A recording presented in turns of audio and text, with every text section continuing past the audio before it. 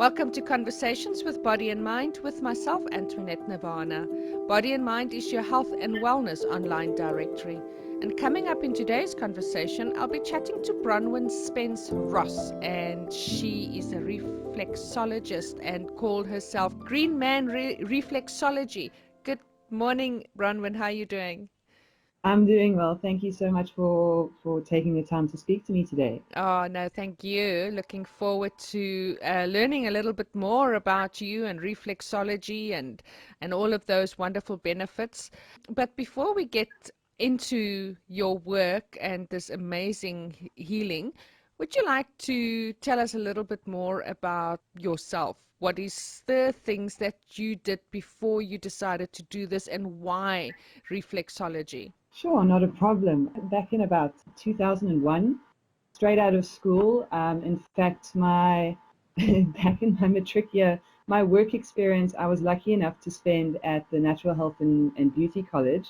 I spent a week there mixing oils and creams for the aromatherapy and reflexology people there. And it was a huge eye opener to me, and it really resonated with who I wanted to be. I was always interested in improving my mental state and my physical state, and that seemed to be, it opened up a whole pathway for me. So once I matriculated, I decided I wanted to study aromatherapy.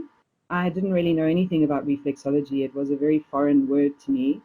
But this particular college offered both the aromatherapy and reflexology. I thought, well, let me just do them both. And then I've got something to fall back on if the aromatherapy is a bit too strenuous. But after I got all my diplomas for both, I decided that the reflexology was far superior, in my opinion, far superior to the aromatherapy, because you're working on one area of the body, but yet you're affecting the entire body.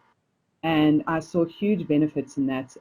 I love the concepts of the meridians, and all that theory actually made complete sense to me. I love anatomy and physiology as well. So it really just suited me. So when I got my diplomas, I started my own little practice, and then life took over and I went corporate and fell out of the reflexology. And about 3-4 years ago, I started feeling like I needed to get back to that. Things were getting a bit out of hand in corporate, and I needed to step out of that. So about 3 years ago, yeah, about 2016, I think it was, I decided to do reflexology full time. Nice. That's nice. Well, one thing that you said was how reflexology affects the whole body, and I think a lot of people listening to this that doesn't know what reflexology is about would go, "But you're just rubbing my feet. What is that? What do you mean it affects the whole body?" And so, with that, I would like you to go in about your work, reflexology, and the benefits of that, and how is it that it's affecting the whole body? Oh, sure, not a problem. So what most people will see is reflexology as a foot massage. There are a couple of other ways of doing reflexology, but that's not what I was taught or educated on. So I focus on the feet. Other people do things like eyes and ears and things like that. So the foot massage in itself is de-stressing and relaxes the body. And then there are a couple of layers that come on after that. Bear in mind that there's a large number of nerves that sit in the feet. We're not aware of it as we're walking through our life, but there's a lot of energy there. Our whole body is supported by a foot, so whatever's going on in our spine is affecting the many, many, many muscles and bones in our feet. Whatever's going on our feet will affect how we walk. That changes anything from the way that your knee sits in the socket to the way that your hips are angled. That goes up the spine and then will affect the head, and headaches and things like that can happen. So there's that layer as well. And then you add on top of that the meridians, which comes from the Chinese side of things, where we've got 12 main meridian pathways.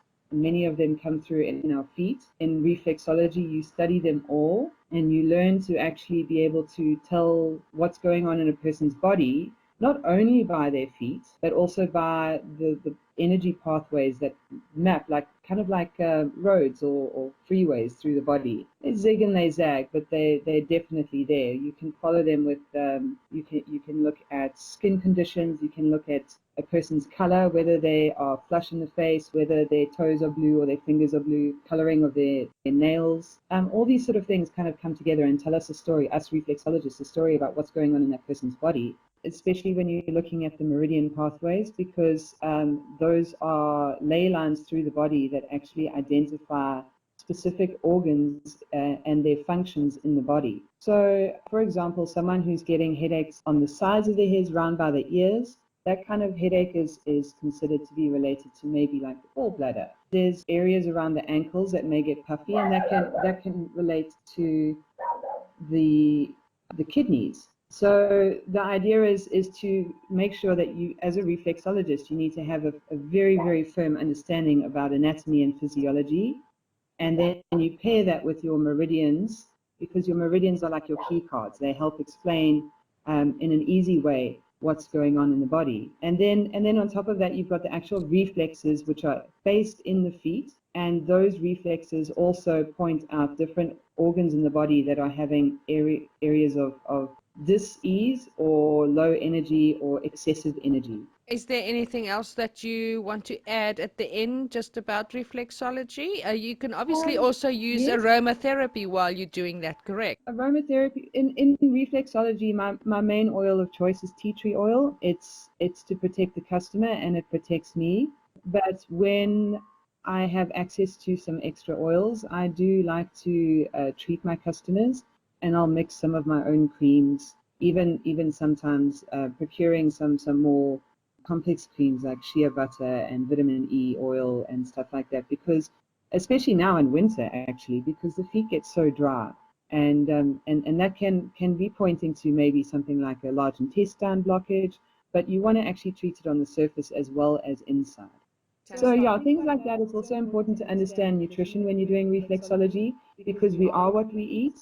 So the people that are coming to me with problems, they need to actually most of the time adjust their lifestyle and their diet as well as take on the reflexology treatments. The Absolutely. reflexology treatment will help activate the organs and boost the detoxing in the body and help eliminate water retention and so many improve sleep and de-stress. And I've got people that come to me with edema and stomach ulcers, so it helps with all of that.